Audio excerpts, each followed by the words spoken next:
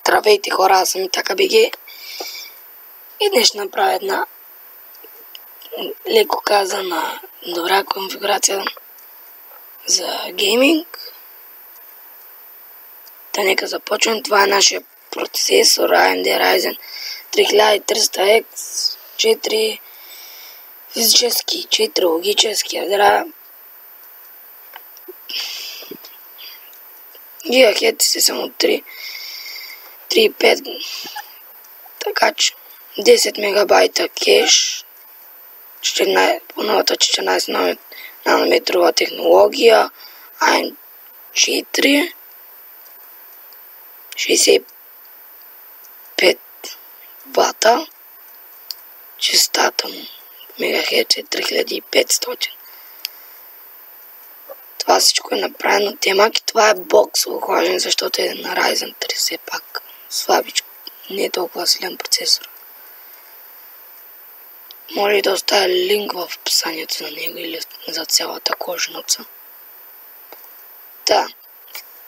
Процесора ще се сложи върху тази дънна платка на Asus Prime B350 плюс сокет AM4. Тя поддържа DDR4 RAM. Честа на паметта е 2133 до 2933 на overclock. Процесор 1, 4 слота за памет, 2 PCI Express слота, 8 пино захранване иска за процесора и 24 пина за самото дъно. Има USB 2 порт, те са 6, USB 3 порт, които са 6, портове USB 3.1 са 2, свързано с един HDMI, един GSUB и един DVI-D. Слотове, да. Рамта ни е на Corsair 2 по 4 DDR4.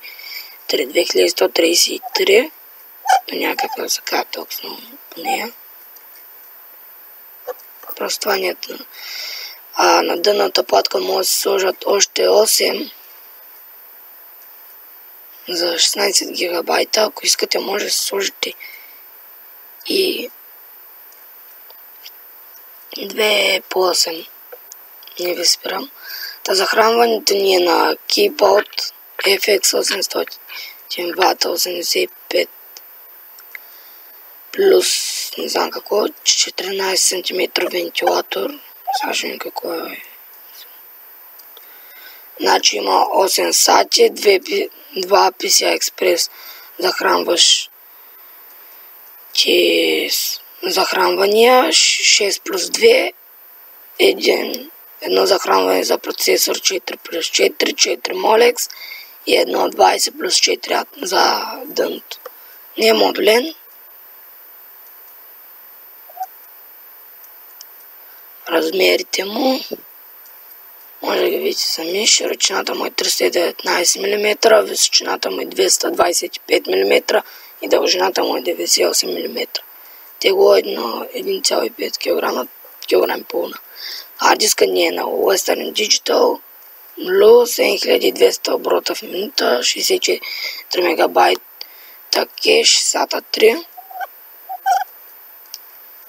600 мегабайта в секунда, време за четене 12 милисекунди, време за запис 13 милисекунди, време за достъп 12 милисекунди. Оборотите ви казах, 1 терабайт. Видеокартата ни е NVIDIA Gigabyte GeForce GTX 1050 Ti Overclock 4 GB GDDR5 128 бита на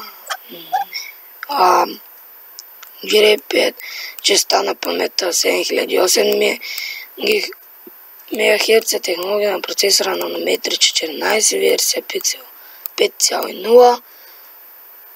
Частота на процесора 1455. Да. Няма какво толкова по нея. 1050. Кутията ни е Sega Gang 2, че е Redmi Tower без захранващ блок. Няма пълноводно охлаждане, просто така на картината ето самата кутия. Поддържа 7 вентилатора и са включени 3, които светят. Има страничен прозорец без захранващ блок. Брой гнезда удължители на слотовете 7. Има едно аудио in, едно USB 3, аудио out 1, USB 2.0.2 са. Възможност за монтаж на водно охлаждане, синя. Размери 520 мм, широчина, височина 450 и дължина 205 мм.